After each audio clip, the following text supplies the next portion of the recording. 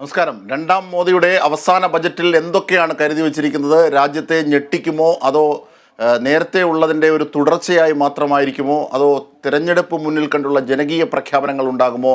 കർഷകരുടെ വിഷയത്തിൽ, യുവതികളുടെ, സ്ത്രീകളുടെ വിഷയത്തിൽ, വിദ്യാർത്ഥികളുടെ വിഷയത്തിലൊക്കെ എന്തൊക്കെ മാറ്റങ്ങൾ വരുത്തും, എന്തൊക്കെയാകും എന്നുള്ളതാണ് ഏറ്റവും വലിയ നിർണായകമായി നാം നോക്കുന്നത്, ചർച്ച ചെയ്യുന്നത്. ഒരുപക്ഷെ പെട്രോളിൻ്റെ വില കുറയുന്ന രീതിയിലുള്ള നടപടികൾ സ്വീകരിക്കുമോ? ഇങ്ങനെ നിരവധി ചോദ്യങ്ങൾ ജനകീയവും ജനകീയമല്ലാത്തതുമായി നമുക്ക് മുന്നിലുണ്ട്. ഇന്ന് നമ്മൾ ഈ ബജറ്റുമായി ബന്ധപ്പെട്ട് അതിൻ്റെ ഒരു പ്രീ ഡിസ്കഷൻ എന്ന നിലയിൽ പോകുമ്പോൾ രഞ്ജിത്ത് കാർത്തികേയൻ, സാമ്പത്തിക വിദഗ്ധൻ, ഒപ്പം എസ് നായർ, സാമ്പത്തിക വിദഗ്ധൻ, മേരി ജോർജ്, സാമ്പത്തിക വിദഗ്ധ ഒക്കെ നമ്മുടെ ചർച്ചയെ സമ്പന്നമാക്കാനായുണ്ട്. ആദ്യം രാജേന്ദ്രൻ പന്തളം കൂടിയുണ്ട് നമ്മോടൊപ്പം, മുതിർന്ന മാധ്യമ പ്രവർത്തകൻ. ആദ്യം മേരി ടീച്ചറിലേക്ക് തന്നെ പോകാം. ശ്രീമതി മേരി ജോർജ്, എന്തൊക്കെയാണ് ഈ മാജിക്, അതായത് നിർമ്മല സീതാരാമൻ കരുതി വച്ചിരിക്കുന്ന മാജിക് എന്തൊക്കെയായിരിക്കും? വലിയ പ്രതീക്ഷകൾ, പല മാധ്യമങ്ങളും പല വിധത്തിലുമുള്ള ഊഹാപോഹങ്ങളാണ് മുമ്പോട്ട് വെക്കുന്നത്. എന്തായിരിക്കും? അപ്പോൾ ഈ ബജറ്റ് എന്ന് പറയുന്നത് ഒരു പൂർണ്ണ ബജറ്റ് അല്ല. ഇനിയിപ്പം ഒരു മാസമോ 2 മാസമോ കഴിയുമ്പോഴത്തേക്കും ഒരു പക്ഷെ അടുത്ത മാസം തന്നെ ഇലക്ഷൻ ഡിക്ലെയർ ചെയ്യും. അങ്ങനെ ഇലക്ഷൻ ഡിക്ലെയർ ചെയ്യും എന്നുള്ളത് കൊണ്ട് തന്നെ ഈ ബജറ്റ് ഒരു വോട്ട് ഓൺ അക്കൗണ്ട് ആയിട്ട് ആയിരിക്കാനാണ് സാധ്യത. എന്ന് വെച്ചാൽ അത് ഈ ബജറ്റ് വരെയുള്ള പീരീഡിലേക്ക്, ഈ ഇലക്ഷൻ വരുന്നത് വരെയുള്ള പീരീഡിലേക്കും ഇലക്ഷൻ കഴിഞ്ഞ് ഒരു പുതിയ ഗവൺമെന്റ് ഫോം ചെയ്ത് അത് അതിന്റെ ബജറ്റ്, ഒരു പൂർണ്ണ ബജറ്റ് അവതരിപ്പിക്കാറാകുന്ന വരത്തേക്കുമുള്ള ആ സമയത്തിന് അതിനിടയ്ക്കുള്ള ചെലവുകൾ ക്രമീകരിക്കത്തക്ക രീതിയിൽ തയ്യാറാക്കുന്ന ഒരു ബജറ്റായിരിക്കും ഇപ്പോൾ പാർലമെന്റിൽ വെക്കാൻ പോകുന്നത്. പക്ഷേ താങ്കൾ സൂചിപ്പിച്ചതുപോലെ തന്നെ ഇത് ഒരു ജനകീയ ബജറ്റ് ആകാനാണ് സാധ്യത. കാരണം 2024 ഇലക്ഷൻ ഫേസ് ചെയ്യാൻ പോകുന്നത് കാരണം കൊണ്ട് പല അടിയന്തര പ്രശ്നങ്ങൾക്കും പരിഹാരം നൽകും, ശാശ്വത പരിഹാരം നൽകും എന്ന രീതിയിലുള്ള പ്രഖ്യാപനങ്ങൾ ഉണ്ടാകാൻ സാധ്യതയുണ്ട്. ഇപ്പോൾ താങ്കൾ തന്നെ സൂചിപ്പിച്ചല്ലോ, അതായത് കാർഷിക മേഖല വലിയ പ്രതിസന്ധിയാണ് സംസ്ഥാനങ്ങളിലും കേന്ദ്രത്തിലും ഫേസ് ചെയ്തുകൊണ്ടിരിക്കുന്നത്. അപ്പൊ അങ്ങനെയുള്ള ഒരു അതായത് നമുക്കറിയാം, ഭക്ഷ്യ വിലക്കയറ്റം മൂലമാണ് ഉപഭോക്തൃ വില 4-നും 6-നും ഇടയ്ക്ക് പിടിച്ചു നിർത്തണമെന്നായിരുന്നു Reserve Bank of India monetary policy കമ്മിറ്റിയുടെ തീരുമാനം. 2020 കോവിഡ് കാലം തൊട്ട് തുടങ്ങിയ ആ തീരുമാനം. അപ്പൊ ആ 4-6 എന്നുള്ള റേഞ്ചിന്റെ 5.69% എത്തി നിൽക്കുകയാണ് ഉപഭോക്തൃ വില നിലകൾ.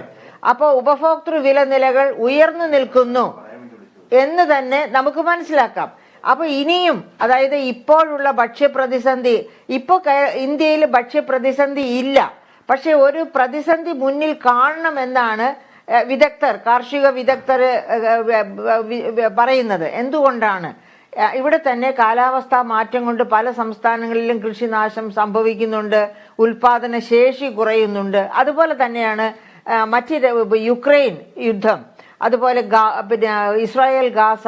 ഇത്തരം കാരണങ്ങൾ കൊണ്ടൊക്കെ ഇവിടെ എവിടെയെങ്കിലും ഉൽപ്പാദിപ്പിച്ച ഉൽപ്പന്നം ഉണ്ടെങ്കിൽ തന്നെയും അതിന്റെ പോക്കുവരവ്, എക്സ്പോർട്ട് ഇമ്പോർട്ട് ബുദ്ധിമുട്ടുള്ള കാര്യമാണ്, തടസ്സങ്ങളുണ്ട്. അങ്ങനെയൊക്കെയുള്ള കാര്യം കൊണ്ട് ഭക്ഷ്യ പരിതസ്ഥിതി അത്ര ശോഭനമല്ല. അപ്പൊ അത് മാത്രവുമല്ല, കർഷകര് കടുത്ത അമർഷത്തിലാണ്. അവർ നീണ്ട സമരത്തിന് ശേഷം നരേന്ദ്രമോദി ഗവൺമെന്റുമായി പറഞ്ഞൊത്ത പല കാര്യങ്ങളും കടലാസിൽ തന്നെ ഒതുങ്ങുന്നേ ഉള്ളൂ, ഒന്നും ഇതുവരെ നടപ്പാക്കിയിട്ടില്ല. അപ്പൊ അങ്ങനെ ഒരു സാഹചര്യത്തിൽ തീർച്ചയായിട്ടും കർഷകര് പ്രക്ഷോഭവുമായി ഇറങ്ങാം, അല്ലെങ്കിൽ കർഷക വോട്ടുകൾ BJP ഗവൺമെന്റിന് എതിരാകാം. പക്ഷെ അതേ സമയത്ത് തന്നെ ഓർക്കണം, കർഷകർക്കാണ് 2000 രൂപ വെച്ച് 3 ഗഡുക്കളായിട്ട് 6,000 രൂപ കൊടുക്കുമെന്നുള്ള പ്രഖ്യാപനമുള്ളത്. അത് പക്ഷേ 2 ഹെക്ടറിൽ താഴെ കൃഷിഭൂമിയുള്ള കർഷകർക്കാണ്. അപ്പോൾ അത് നല്ലതാണ്, തീരെ പാവപ്പെട്ട കർഷകർക്കാണ് ആ പൈസ കിട്ടുന്നത്. പക്ഷേ ഈ 6,000 രൂപ എന്ന് പറയുന്നത് ഇപ്പോഴത്തെ കാർഷിക പ്രശ്നങ്ങളുമായിട്ട് ബന്ധപ്പെടുത്തുമ്പോൾ വളരെ ചെറിയ തുകയാണ്. കാരണം കെമിക്കൽ ഫെർട്ടിലൈസേഴ്സിൻ്റെ വില വളരെ ഉയർന്നു നിൽക്കുന്നു. അതുപോലെ മറ്റെല്ലാ ഇൻപുട്സിൻ്റെയും വില ഉയർന്നു നിൽക്കുകയാണ്. അങ്ങനെയൊക്കെയുള്ള ഒരു സാഹചര്യത്തിൽ ഇറിഗേഷൻ കോസ്റ്റ് തന്നെ ഉയർന്നു നിൽക്കുന്നു. ഇറിഗേഷൻ അതായത് സബ്സിഡികളൊക്കെ കട്ട് ചെയ്തതുകൊണ്ടാണ് എല്ലാ മേഖലയിലും. ഇപ്പം നമ്മൾ മത്സ്യബന്ധന മേഖലയിലാണെങ്കിൽ പെട്രോൾ, ഡീസൽ ഇതിൻ്റെയൊക്കെ സബ്സിഡി, മണ്ണെണ്ണ ഇതൊക്കെ സബ്സിഡി കട്ട് ചെയ്തു. പിന്നെ അത് അങ്ങനെ ഏത് മേഖല, കൃഷിയുമായിട്ട് ബന്ധപ്പെട്ട ഏത് മേഖല നോക്കിയാലും സബ്സിഡീസ് കട്ട് ചെയ്തതുകൊണ്ട് തന്നെ കർഷകർ ഒരുപാട് പ്രതിസന്ധി ഇപ്പോൾ അനുഭവിക്കുന്നുണ്ട്. അപ്പോൾ ഈ കർഷകരെ ചേർത്ത് നിർത്തുക എന്ന് പറഞ്ഞാൽ ഗവൺമെന്റിന് വലിയ ബുദ്ധിമുട്ടുള്ള കാര്യമാണ്. അവരുടെ വോട്ടുകൾ നേടിയെടുക്കുക എന്ന് പറഞ്ഞാൽ ഈ 6000 രൂപ സബ്സിഡി 3 ഗഡുവായി കൊടുക്കുന്നതുകൊണ്ട് അവരുടെ വോട്ടുകൾ കിട്ടില്ല. അപ്പോൾ ആ വോട്ടുകൾ കിട്ടണമെന്നുണ്ടെങ്കിൽ വളരെ ശക്തമായ കാർഷിക വികസന നടപടികൾ, അതായത് നമ്മൾ ഗ്രീൻ റവല്യൂഷൻ ടെക്നോളജി കൊണ്ടുവന്ന് ഇന്ത്യയെ ഒരു ഭക്ഷ്യ സ്വയം പര്യാപ്തമാക്കി. പക്ഷേ അതിനുശേഷം ഈ അടുത്ത കാലങ്ങളിൽ വളരെ മോശമായ ട്രീറ്റ്മെൻറ്റാണ് കാർഷിക മേഖലയ്ക്ക്. അപ്പോൾ അതൊരു മേഖല. പിന്നെ താങ്കൾ തന്നെ പറഞ്ഞു വിദ്യാഭ്യാസ മേഖല, ആരോഗ്യ മേഖല. ഇപ്പോൾ വിദ്യാഭ്യാസ മേഖല എടുക്കുകയാണെങ്കിൽ നമ്മുടെ നാഷണൽ എഡ്യൂക്കേഷൻ പോളിസി തന്നെ വലിയ മാറ്റങ്ങൾ കൊണ്ടുവരാൻ ആഗ്രഹിക്കുന്നുണ്ട്. അത് ചിലതൊക്കെ വളരെ പോസിറ്റീവാണ്, ചിലതൊക്കെ വളരെ